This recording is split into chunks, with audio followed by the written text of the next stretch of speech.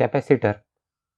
Any two conducting surfaces separated by an insulating medium exhibit the property of a capacitor.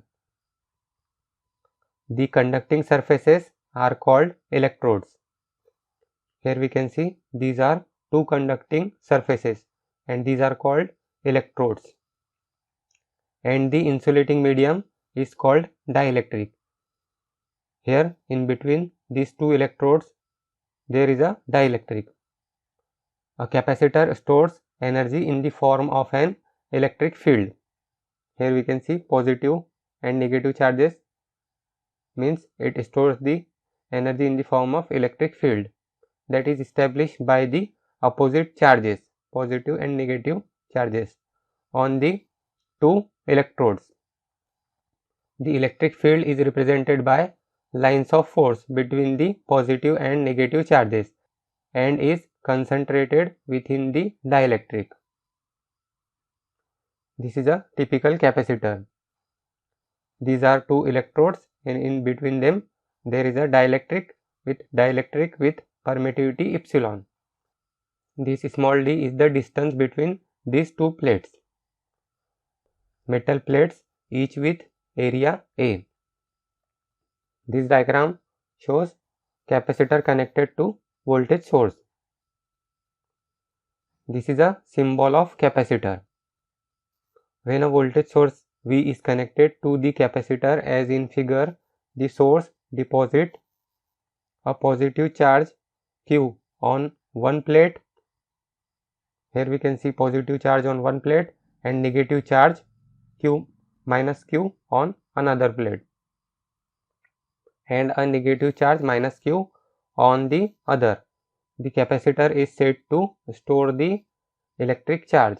The amount of charge stored, represented by Q, is directly proportional to the applied voltage V, so that Q is equal to CV, where Q is the charge, C is the capacitance, V is the voltage, where C, the constant of proportionality, is known as the capacitance of the capacitor. The unit of capacitance is the farad, which is represented by capital F. Although the capacitance C of a capacitor is the ratio of the charge Q per plate to the applied voltage V, it does not depend on Q or V. It depends on the physical dimensions of the capacitor. For example, for the parallel plate capacitor shown in the figure, the capacitance is given by C is equal to epsilon A by D. In this figure, this D is the distance between these two plates. So, capacitance is equal to epsilon. Epsilon is the permittivity, A is the surface area of plate. So, and D is the distance between plates. So, C is equal to epsilon A upon D, where A is the surface area of each plate, D is the distance between the plates, and epsilon is the permittivity of the dielectric material between the plates.